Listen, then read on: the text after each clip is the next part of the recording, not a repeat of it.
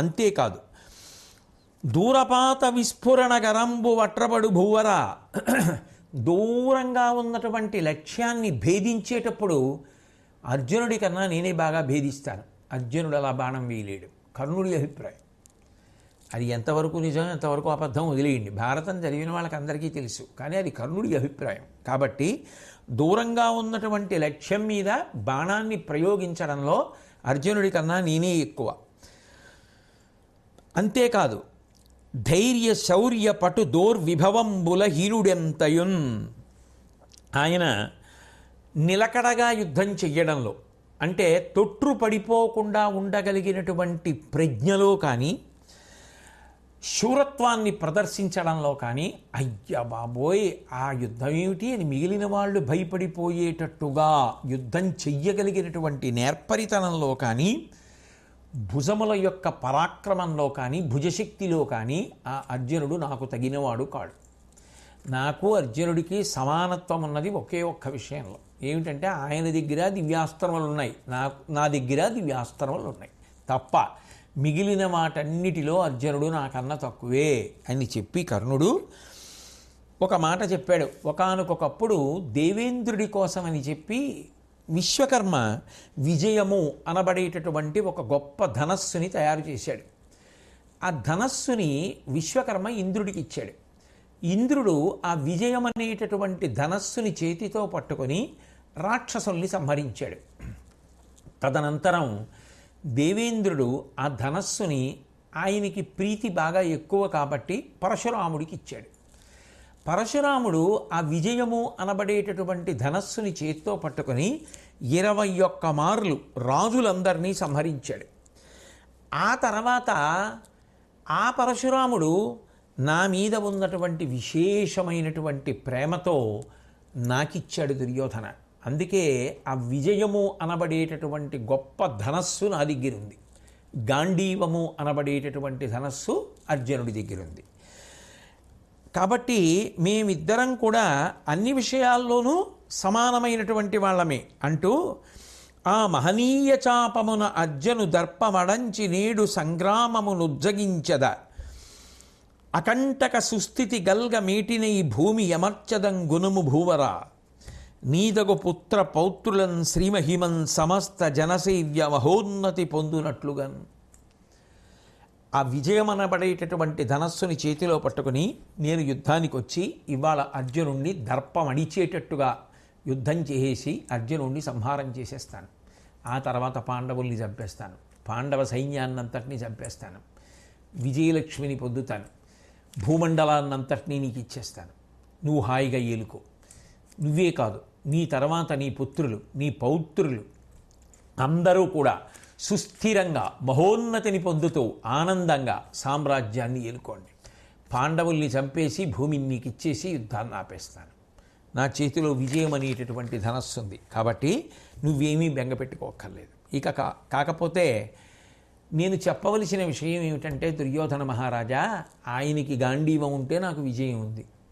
గుణములలో ఒక్క దివ్యాస్త్ర సంపద సమానం తప్ప మిగిలిన అన్ని గుణాలలోనూ అర్జునుడి కన్నా నేనే ఎక్కువ. ఇక అర్జునుడి దగ్గర ఉన్నటువంటి బలమైన విషయాలు ఏమిటి అంటే, ఎన్ని తీసినా అయిపోవడం అన్న మాట లేకుండా మళ్ళీ మళ్ళీ మళ్ళీ మళ్ళీ బాణములతో నిండి ఉండేటటువంటి అక్షయ బాణ తూణీరములు అర్జునుడికి ఉన్నాయి. కాబట్టి ఆయన ఎన్ని బాణములను ఆ తూణీరములలోంచి తీస్తున్నా అవి తరిగిపోవడం కానీ అయిపోవడం కానీ అనేటటువంటి మాట ఉండదు. అది అర్జునుడికి ఎక్కువ. ఇక అగ్ని దేవుడిచ్చినటువంటి చెక్కు చెదరనటువంటి రథం ఒకటి ఉంది అర్జునుడి దగ్గర. కాబట్టి అటువంటి రథం అర్జునుడికి ఉంది కాబట్టి అదొకటి అర్జునుడికి ఎక్కువ. ఇక అటువంటి గొప్ప విషయాలలో ఇంకొకటి, ఆయన దగ్గర ఉన్నటువంటి గుర్రములు అవి మరణించవు. ఎందుకంటే అది కూడా దేవదత్తములు కాబట్టి ఆ గుర్రములు మరణించేటటువంటి అవకాశం లేదు. ఈ 3 అర్జునుడి యందు ఎక్కువ ఉన్నవి. బలమైనటువంటి సాధన సంపత్తి కలిగినటువంటి వాడు. 1 అక్షయవాణ తూణీరములు, 2 రథము, 3 గుర్రములు. ఇవి నాకు లేవు. కానీ అది పెద్ద విషయం ఏం కాదు దుర్యోధన మహారాజా, అవేం పెద్ద అర్జునుడికి ఉన్నాయి, మనకి లేవు ఎలా అని బెంగపెట్టుకోవలసినంత విషయం ఏం కాదు. ఎందుకనంటే నారాచములాదిగ గల ఘోర ప్రదరములు బండ్లగొని వచ్చెదా, బల్తేరులు దృఢవాజులు నా తేరి వెనుక కమర్చి తెచ్చెద ధరిపా.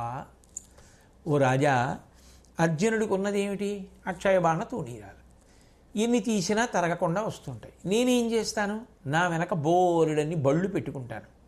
ఆ బళ్ళ నిండా అనేకమైనటువంటి ఆయుధములు పెట్టుకుంటాను. నా దగ్గర రథంలో ఆయుధాలు అయిపోతుంటాయి, ఆ బళ్ళల్లోంచి తెచ్చి మళ్ళీ ఆయుధాలు నింపేస్తుంటారు. ఏమంత పెద్ద తేడా? ఆయనకి తూణీరాల్లోంచి వస్తుంటాయి, నాకు రథంలో అయిపోతే వెనక బండిలోంచి తెచ్చి పెట్టేస్తుంటారు. కాబట్టి వెనక వచ్చేటటువంటి బళ్ళలో కావలసినన్ని ఘోర ప్రదరములు బండ్లగొని వచ్చేదా, ఆయుధాలన్నీ బళ్ళల్లో పెట్టుకుని వెనకాల తెచ్చేసుకుంటారు. 2 బల్తేరులు దృఢవాజులు నా తేరు వెనుక కమర్చి తెచ్చెదనధిపా. నేను ఎక్కినటువంటి రథం కాకుండా మరికొన్ని రథాలు నా వెనకాతల ఖాళీ వస్తుంటాయి. ఎందుకనంటే ఏ కారణం చేతనైనా అర్జునుడితో యుద్ధం చేసేటప్పుడు ఆయన రథం అంటే చెక్కు చెదరదు. నా రథం విరిగిపోతే టక్కుని ఈ రథం దిగిపోతాను, ఆ రథం ఎక్కేస్తాను. ఈ రథం పక్కకి తీసేస్తారు, వెనక రథం వచ్చేస్తుంది, అది ఎక్కేస్తాను. ఏముంది? ఆయన రథం విరగదు, నాది విరుగుతుంది. విరిగితే పక్కనే రథం ఉందిగా, అది ఎక్కేస్తాను. ఏముంది? ఎంత తేలికగా చెప్పేశాడో నిజంగా. కాబట్టి బెంగ పెట్టుకోవాల్సిన అవసరం ఏముంది? అర్జునుడి గుర్రాలు చావవు, నా గుర్రాలు చనిపోతాయి. అయితే వెనకాతల ఉత్తమాశ్వాలు బోల్డ్ అన్ని తీసుకెడతాను. ఈ గుర్రాలు చచ్చిపోతే ఆ గుర్రాలు కట్టేసుకుంటాను. ఏముంది అప్పుడు? అర్జునుడికి ఉంటే మాత్రం ఏమిటి లెక్క? ఆయనకున్నవి నేను తెచ్చుకుని ఆ లోటుని పూర్తి చేస్తాను. కాబట్టి అర్జునుడికి ఉన్నది నాకు లేదు అన్న భావన లేదు. కాబట్టి అప్పుడు నేను అర్జునుడితో సమానమే. ఇక నాకు ఒకే ఒక్క సమస్య ఉంది, అదొకటి నేను అధిగమించలేను. దుర్యోధన మహారాజా, నువ్వే నేను ఆ విషయంలో గట్టెక్కేటట్టు చూడాలి.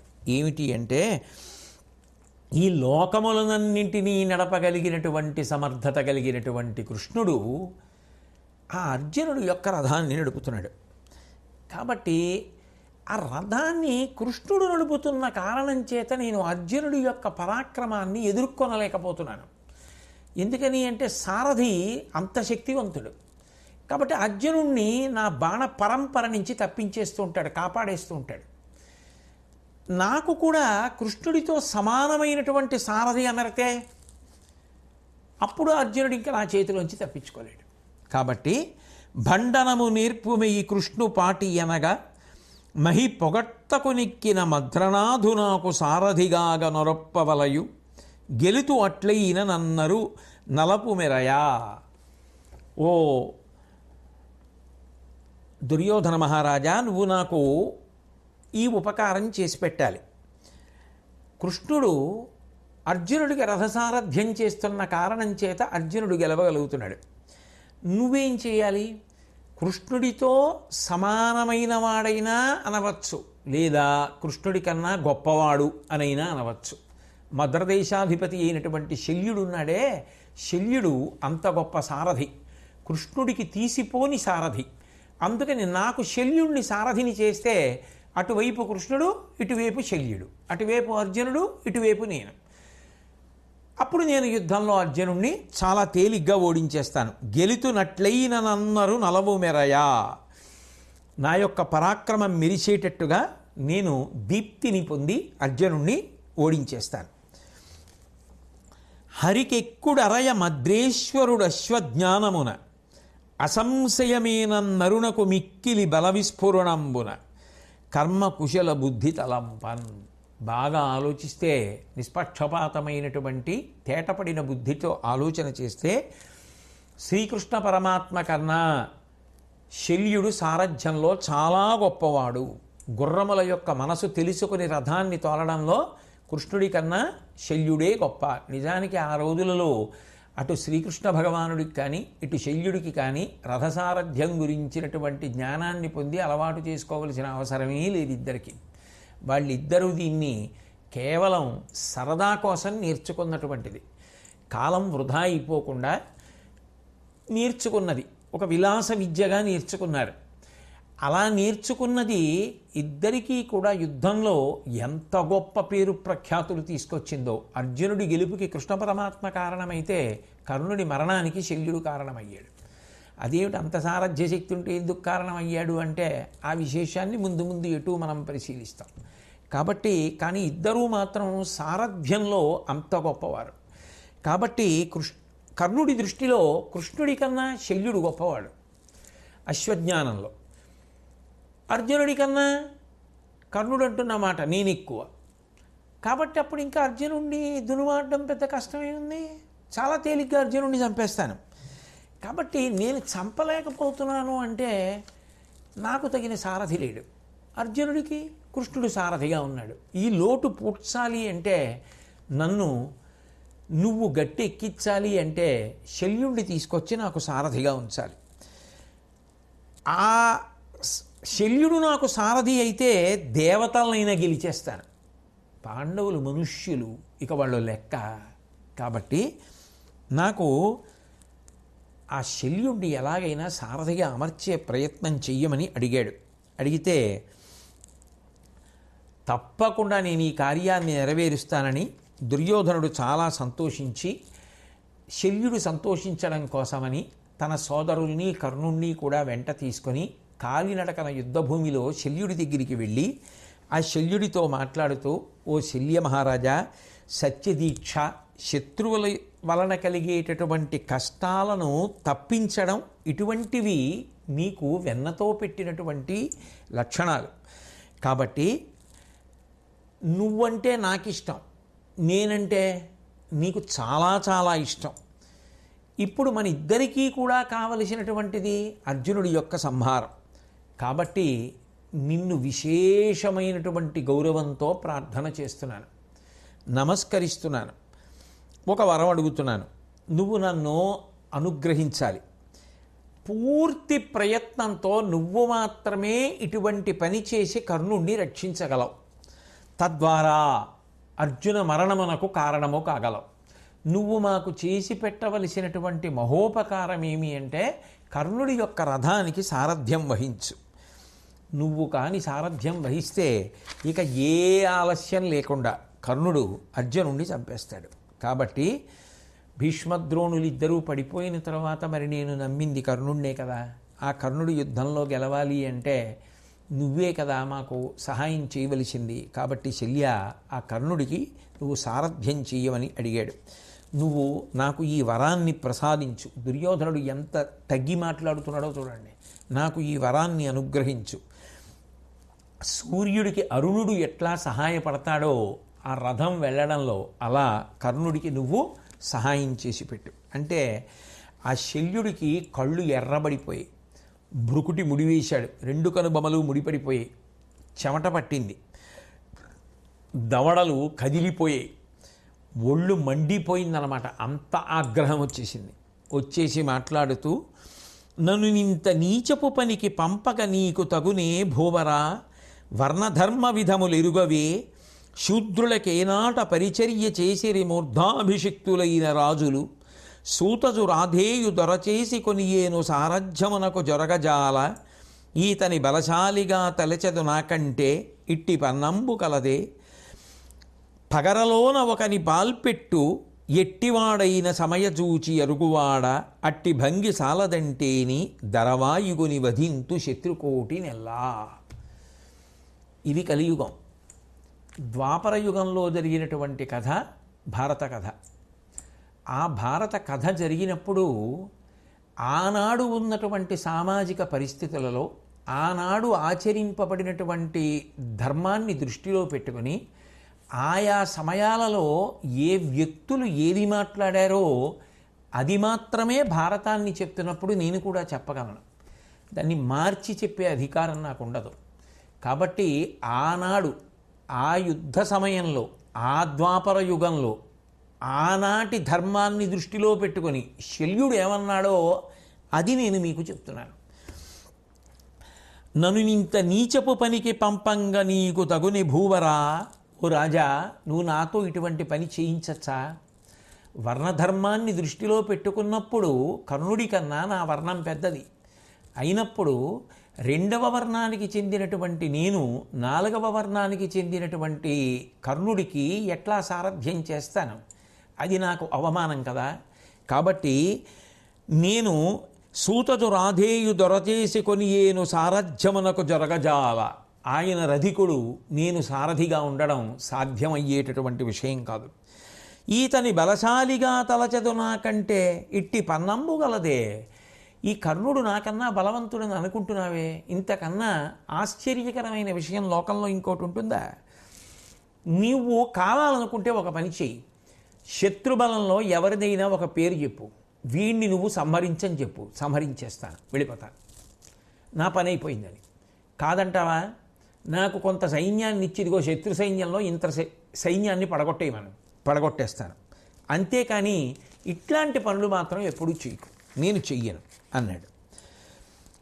నా గురించి నువ్వు ఏమనుకుంటున్నావో తెలియదు కానీ దుర్యోధన, కులపర్వతాలను పగలగొట్టేస్తాను, సముద్రాలని కలచివేస్తాను, భూమినంతటినీ కూడా చీల్చేస్తాను, అంతటి శక్తి కలిగినటువంటి వాణ్ణి. నరవర చూడవే తెలియనాదగు బాహుల మద్బలంబు, నీ వరయక పల్కితే నొకని కక్కట, సారథినై రధిత్వ విస్ఫురణము తక్క నోపుదుని, సూతతనూజుడు షోడశాంశముందొరయడు నాకు, వాసవసుతున్ మురమర్దను చిరికింకొనన్. ఏమనుకుంటున్నావో దుర్యోధన, నా గురించి నాకు అర్థం కావట్లేదు, నా బాహువుల యొక్క బలం గురించి నీకు సరి అయినటువంటి అవగాహన లేదు. ఈ కర్ణుడికి నేను సారథిగా పనిచేయనా? మా ఇద్దరినీ పోలిక పెడితే నాలో 16వ వంతుకి కర్ణుడు సరిపోతాడా? సరిపోడు. సరిపోని కర్ణుడు రథ, నేను సారథ, ఎలా సాధ్యం అవుతుంది? నేనే యుద్ధం చేస్తే కృష్ణార్జునుల్ని కూడా లెక్క పెట్టను, అంతటి పౌరుష ప్రతాపాలు ఉన్నవాణ్ణి. అటువంటి నన్ను రథం తోలమంటున్నావు. ఒకవేళ నువ్వు నన్ను పరాభవిద్దాం అనుకుంటున్నావేమో, అట్లా అయితే చెప్పు, నేను మా దేశానికి వెళ్ళిపోతాను తప్ప నువ్వు కోరుకున్నట్టుగా కర్ణుడికి సారథ్యం మాత్రం నేను చేయను అన్నాడు. అనగానే దుర్యోధనుడు జోక్యం చేసుకొని, నీ పేరే శల్యుడు. శల్యుడు అంటే శల్యము అంటే బాణము కదూ. ఒక బాణం అవతల వారిలో గుచ్చుకుంటే ఎంత బాధ పెడుతుందో శత్రువుని నువ్వు అంత బాగా బాధ పెట్టగలవు. నిన్ను తక్కువ చెయ్యాలన్నది నా ఉద్దేశ్యం కానే కాదు. అవతల వైపు కృష్ణ పరమాత్మ సారథ్యం చేస్తున్నారు, యువతల వైపు కర్ణుడికి తగిన సారథి లేడు. నేను నీకు కర్ణుడికి పోలిక చెప్పలేదు, నేను చెబుతున్న పోలిక కేవలం నీకు కృష్ణుడికి. సమకాలీన పరిస్థితులలో సమసమాజంలో ఇవాళ కృష్ణుడి కన్నా గొప్ప సారథి లేడు. ఆయన పాండవ పక్షంలో ఉన్నాడు, ఆయన అర్జునుడికి సారథ్యం చేస్తున్నాడు. బాగా పరిశీలించి చూస్తే కృష్ణుడి కన్నా గొప్ప సారథి ఈ భూమండలం మొత్తం మీద ఎవరైనా ఉన్నారా అని వెతికితే శల్య మహారాజా నీకన్నా ఎవ్వరూ లేరు. నువ్వు కృష్ణుడి కన్నా గొప్ప సారథివి. కృష్ణుడు అటువైపు సారథిగా ఉండి అర్జునుడు దొరకకుండా చేస్తున్నాడు. ఇప్పుడు కృష్ణుణ్ణి నియంత్రించాలంటే ఇటువైపు కూడా తగిన సారథి ఉండాలి. అది నువ్వు తప్ప అన్యులకు సాధ్యం కాదు. ఎందుకని అంటే కృష్ణుడి కన్నా ఎక్కువ సమర్థత కలిగినటువంటి వాడివి, కృష్ణుడి కన్నా బాగా సారథ్యం చేయగలిగినటువంటి వాడివి, కృష్ణుడి కన్నా అశ్వముల యొక్క జ్ఞానమును ఎక్కువ పొంది ఉన్నవాడివి ఈ భూమండలంలో నువ్వే. అందుకు నిన్ను సారథ్యం చేయమని అడుగుతున్నాను అంతే తప్ప నేను కర్ణుడితో నీకు పోలిక పెట్టి కర్ణుడికి సారథ్యం చేయమని అడగలేదు. అని అంటే ఎప్పుడైతే కృష్ణుడి కన్నా నువ్వు చాలా గొప్పవాడివి అని చెప్పి దుర్యోధనుడు ఇంతమంది రాజుల ముందు పొగిడాడో శల్యుడు ఆనందపడిపోయాడు. ఇప్పటి వరకు ఏమన్నాడు? కర్ణుడిని రకరకాలుగా అవమానించి తక్కువ చేసి నేను ఆ కర్ణుడికి సారథ్యం చేయనన్నాడు. అన్నవాడు ఎప్పుడైతే దుర్యోధనుడు పొగిడాడో పొగట్టక పడిపోతాడు కదూ. అదే కదూ ఆయన జీవితంలో ఉన్న పెద్ద లోటు.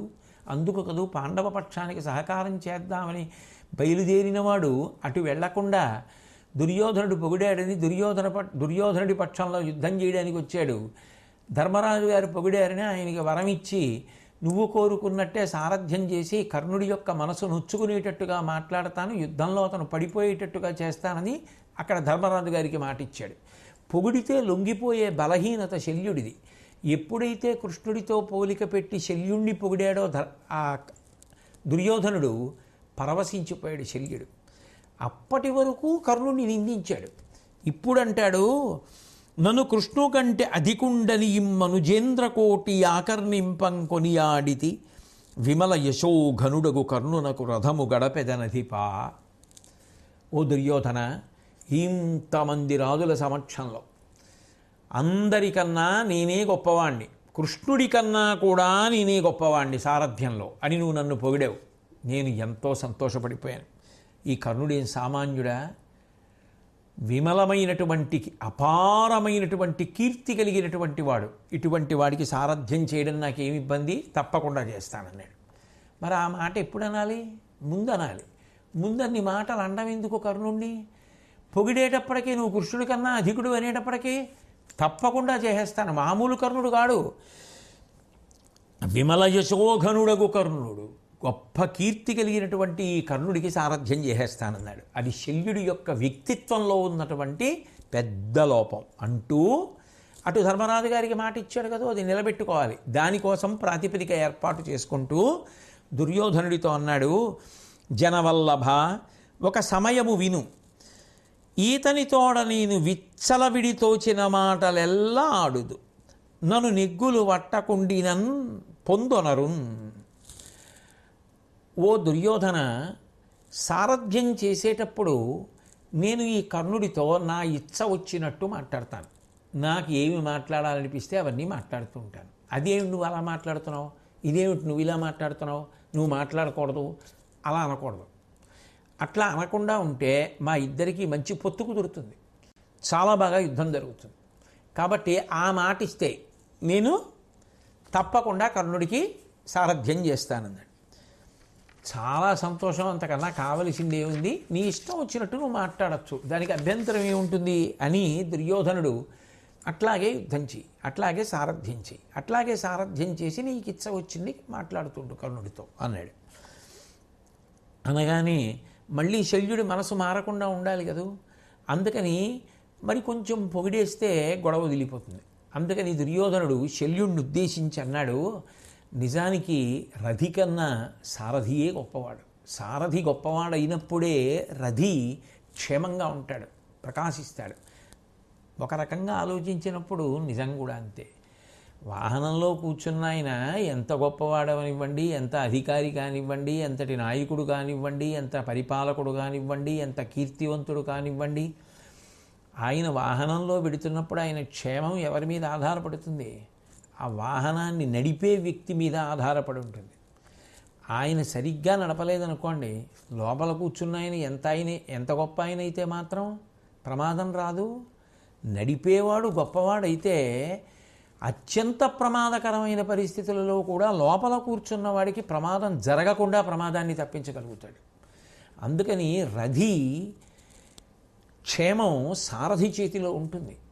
కాబట్టి నువ్వది తక్కువ అనుకోకు శల్య మహారాజా అంటూ ఒకప్పుడు మార్కండేయుడు మా తండ్రి ధృతరాష్ట్ర మహారాజు గారి దగ్గరికి వచ్చి త్రిపురాసుర సంహారం గురించి చెప్పాడు.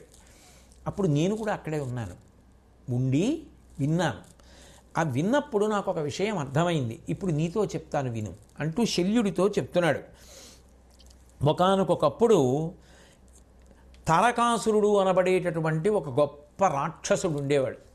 ఆ తారకాసురుడికి 3 కుమారులు, విద్యున్మాలి, తారకాక్షుడు, కమలాక్షుడు అని. ఈ తారకాసురుడు కుమారస్వామి చేతిలో మరణించాడు. మరణించిన తరువాత ఈ 3 కూడా గొప్ప తపస్సు చేశారు బ్రహ్మగారి గురించి. బ్రహ్మగారు ప్రత్యక్షమై ఏం కావాలని అడిగారు. మాకు మరణం ఉండకూడదు. ఎందుకని? మరణం ఉండకపోతే శరీరంతో ఉంటారు, శరీరంతో ఉంటే భోగాలు అనుభవించవచ్చు. ఆ భోగాలకి హద్దన్న మాట లేదు కాబట్టి దేవలోకాన్ని కూడా గెలవచ్చు. కాబట్టి మాకు మరణం ఉండకూడదు, మమ్మల్ని చంపగలిగిన వాడు ఉండకూడదు. అప్పుడు ఎవరినైనా వీళ్ళు చంపేయచ్చు, భోగాలు అనుభవించవచ్చు, 3 లోకముల మీద పెత్తనం చేయొచ్చు. అంటే బ్రహ్మగారు అన్నారు, అది ఎలా కుదురుతుంది? అది కుదిరే విధానం కాదు, మరొక మాట చెప్పండి అంటే, మా 3కి 3 పురములు ఉండాలి. ఆ 3 పురములు ఆకాశంలో తిరుగుతూ ఉండాలి. ఆ తిరుగుతున్న పురములు ఎప్పుడైనా ఒక్క చోటికి వస్తే అప్పుడు యావత్ సృష్టిలో బలవంతుడైనటువంటి వ్యక్తి ఒకే ఒక్క బాణాన్ని ప్రయోగిస్తే ఆ బాణము వలన మేము మరణిస్తాం తప్ప అన్యథా మరణించాం, మాకు అటువంటి వరాన్ని ఇమ్మన్నారు. అంటే తప్పకుండా అటువంటి వరాన్ని మీకు అనుగ్రహించాను, సరే కాబట్టి బుద్ధితో ఉద్దికగా బ్రతకండి అని బ్రహ్మగారు చెప్పాడు. వెంటనే మయుడు వాళ్ళకి 3 పురములను తయారు చేసి ఇచ్చాడు. ఒకటి బంగారు పురము, ఒకటి వెండి పురము, ఒకటి ఇనుముతో తయారు చేయబడినటువంటి పురము.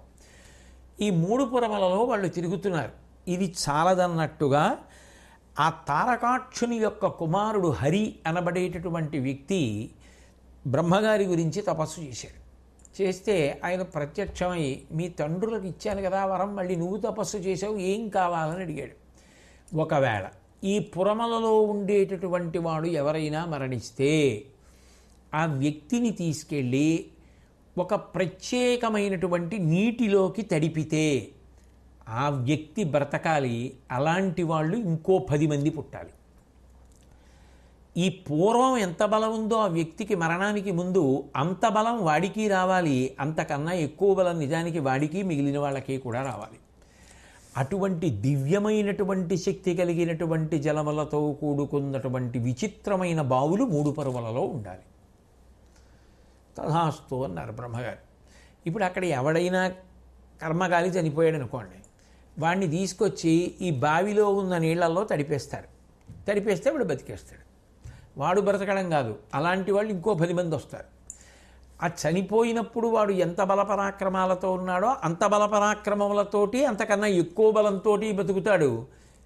ఇంకో 10 మందికి కూడా అటువంటి బలమే ఉంటుంది. కాబట్టి ద్విగుణీకృత బలం అవుతూ ఒకడు పోయినప్పుడల్లా బలం పెరుగుతూ ఉంటుంది తప్ప బలం తరిగిపోవడం అన్నది ఉండదు.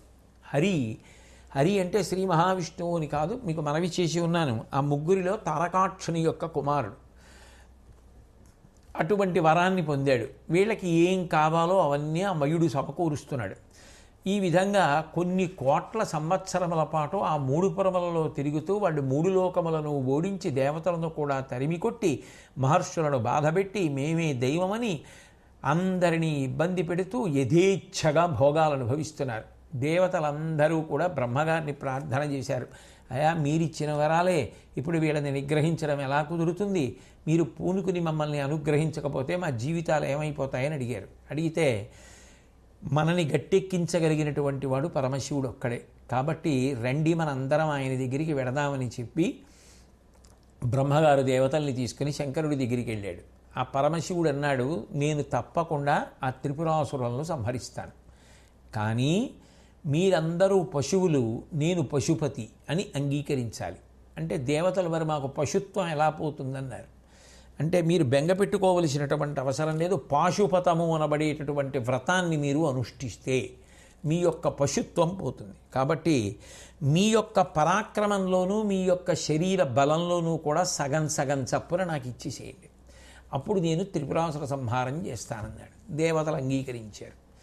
సరే నేను ఆ త్రిపురాసుర సంహారం చేస్తాను, కానీ మరి నేను ఎక్కి వెళ్ళడానికి నాకు దివ్యమైనటువంటి రథం కావాలి కదా, అటువంటి రథాన్ని నిర్మాణం చేసి ఇవ్వండి అన్నారు. అంటే అప్పుడు విశ్వకర్మ తన యొక్క తపశ్శక్తిని అంతటినీ కూడా అడ్డుపెట్టి ఒక గొప్ప రథాన్ని నిర్మించాడు. అది సృష్టిలో పూర్వం లేని రథం. ఆ రథం ఎంత గొప్పది అంటే ఈ భూమిని అంతటినీ రథంగా మార్చాడు. దానికి ఒకవైపు సూర్యుడు, ఒకవైపు చంద్రుడు రథచక్రాలయ్యారు. సముద్రాన్నంతటినీ తీసుకొచ్చి దానికి ఇరుసుగా పెట్టాడు. హిమాచలము, వింధ్యాచలము, ఉదయాచలము, అస్తాచలము ఈ 4 పర్వతాల్ని రథానికి 4 భాగాలుగా పెట్టాడు. పెట్టి త్రేతాగ్నులను 3 రకములైనటువంటి అగ్నిహోత్రాలని ఆ రథానికి 3 భాగములుగా నిర్ణయించాడు. మేరు పర్వతాన్ని పైన ఉండేటటువంటి జెండాగా అమర్చాడు. వేదములను తీసుకొచ్చి ఆ రథానికి గుర్రాలుగా అమర్చాడు. సంవత్సరాన్ని ధనస్సుగా చేసి సాక్షాత్ శ్రీ మహావిష్ణువునే బాణంగా చేసి శంకరుణ్ణి బయలుదేరమన్నాడు. అంటే శంకరుడు అన్నాడు, ఇక్కడ వరకు బాగుంది, కానీ నేను యుద్ధానికి బయలుదేరాలి అంటే ఇప్పుడు ఈ రథాన్ని నడపడానికి ఒక సారథి కావాలి కదా. ఆ సారథి బాగా ప్రజ్ఞావంతుడైన వాడై ఉండాలి కదా, రథిని రక్షించగలిగినటువంటి వాడై ఉండాలి కదా. అంతటి ప్రజ్ఞావంతుడైన వాడు సారథిగా లభిస్తే మాత్రమే విజయము చేకూరుతుంది. కేవలము రథి యొక్క పౌరుష ప్రతాపముల వలన ఎలా కుదురుతుంది? కాబట్టి అంత గొప్ప సారథిని తీసుకురండి అన్నారు. అంటే దేవతలు అన్నారు, మీరే చెప్పండి ఏం చేయమంటారన్నారు. చతుర్ముఖ బ్రహ్మగారిని సారథ్యం చేయమనండి అన్నారు. అంటే సారథి యొక్క వైశిష్ట్యం ఏమిటో తెలుసుకున్నటువంటి సృష్టికర్త అయిన చతుర్ముఖ బ్రహ్మగారు తానే సారథ్యం చేయడానికి అంగీకరించాడు. ఒకప్పుడు శల్య మహారాజా అంగీకరించి శంకరుడు రథంలో కూర్చుని ఉండగా బ్రహ్మగారు సారథ్యం మొదలెట్టాడు. లోపల కూర్చున్నవాడు పరమశివుడు, సృష్టికర్త బ్రహ్మగారు రథసారథి. ఆ రథం ఏం పెడుతుంది? పడుకున్నాయి ఆ గుర్రాలు, అవి లాగలేకపోయాయి. సారథి యొక్క గొప్పతనం ఎక్కడుంటుందో తెలుసా? చతుర్ముఖ బ్రహ్మగారు చాలా ఊడుపుగా అవి పైకి లేచి రథాన్ని లాగేటట్టుగా చేశాడు. ఆయన ప్రజ్ఞ వల్ల రథం ముందుకు పరిగెత్తింది. పరిగెడితే శంకరుడు త్రిపురమలను సంహరించాడు. చూసావా, రథము గొప్పదే, రథీ గొప్పవాడే. దానితో పాటు నిజానికి పడిపోయిన రథాన్ని పైకెత్తిన ఘనత ఎవరిది? సారథిది. శంకరుడంతటి వాడు సారథి యొక్క వైభవాన్ని, సారథి యొక్క ఉత్కృష్టతను ప్రత్యేకంగా ప్రస్తావించి పొగిడాడు కదా. అటువంటి సారథి లేకపోతే రథి గొప్పవాడైన యుద్ధంలో ఎలా విజయం లభిస్తుంది? అంతగా శంకరుడే సారథి గురించి మాట్లాడాడు అంటే, నీ వంటి సారథి మాకు లభించాలి అని మేము కోరుకున్నాము అంటే, శల్య మహారాజా నిన్ను మేము తక్కువ చేశామా? ఎంత సమున్నతమైన స్థానం ఇచ్చాం. కాబట్టి నువ్వు తప్పకుండా సారథ్యం చేసి ఈ కర్ణుణ్ణి గెలిపించాలి అనేటప్పటికీ ఇక పొంగిపోయి తప్పకుండా చేస్తాను సారథ్యం అన్నాడు. నువ్వు ఇందాక ఈ కర్ణుణ్ణి తక్కువ చేసి మాట్లాడావు శల్య మహారాజా. ఒక్క విషయం నువ్వు గమనించు. ఒకప్పుడు పరమశివుణ్ణి సేవించి దివ్యమైనటువంటి ఆయుధములనన్నిటినీ కూడా పొందాడు పరశురాముడు.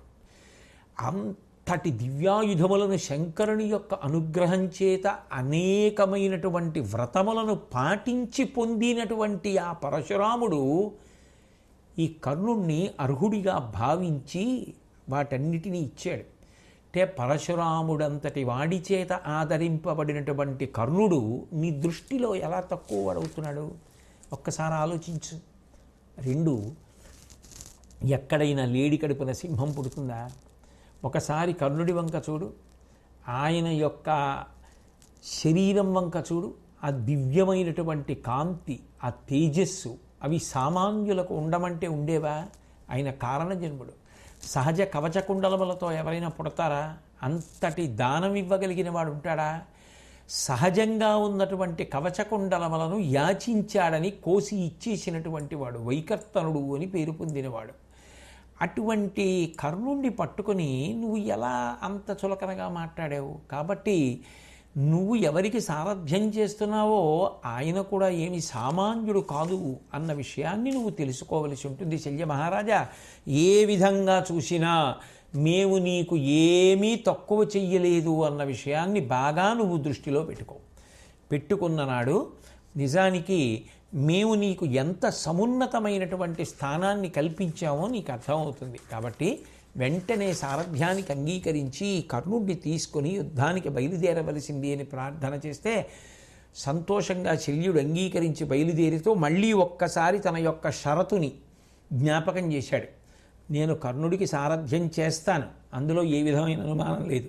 కానీ నాకు ఎప్పుడు ఏది మాట్లాడాలనిపిస్తే అది మాత్రం మాట్లాడి తీరుతాను. నేను మాట్లాడితే కర్ణుడు చిన్నబుచ్చుకోవడం కానీ అలా మాట్లాడతామేమండం కానీ అనకూడదు. ఇది మాత్రం నా నియమం, సారథ్యం చేస్తాను అంటే అంత అన్యాయంగా మాట్లాడతాడు, అంత కర్ణుడిని ఇబ్బంది పెట్టేస్తాడు.